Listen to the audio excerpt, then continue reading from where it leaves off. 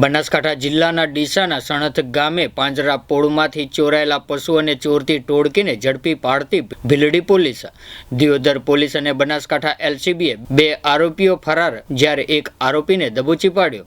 બનાસકાંઠા જિલ્લાના ડીસા તાલુકાના સણથ ગામે આવેલા પાંજરાપોળમાંથી 2 દિવસ પહેલા રાત્રિના સમયે અજાણ્યા શખ્સો દ્વારા પાંજરાપોળનો દરવાજાનું તાળું તોડીને ચોરીમાં ગયેલા પશુઓમાં 4 ભેંસ અને 2 પાડા ચોરાયા હતા, જે પાંજરાપોળ સંચાલક ભીલડી પોલીસ સ્ટેશનમાં ફરિયાદ નોંધાવી હતી, જેમાં ભીલડી પોલીસે ગણતરીના કલાકોમાં જ ચોરીનો ભેદ ઉકેલીને પાંજરાપોળમાંથી 2 પિકઅપ ડાળા ભરીને ચોરી કરીને લઈ ગયેલા। ત્યારબાદ ભીલડી પોલીસ દ્વારા ગુનાની તપાસ હાથ ધરવામાં આવી હતી।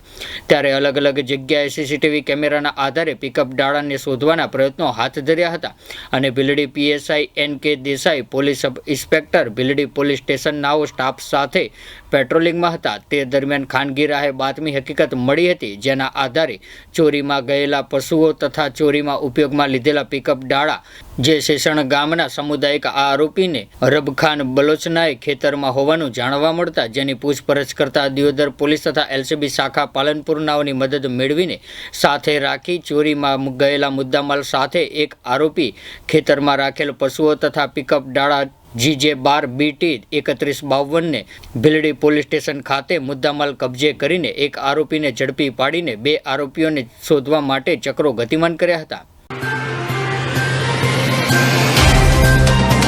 तो व्हाट्सएप, ट्विटर, फेसबुक, इंस्टा जहाँ भी आपका अकाउंट है, इसे शेयर बटन के द्वारा वहाँ पर शेयर करें।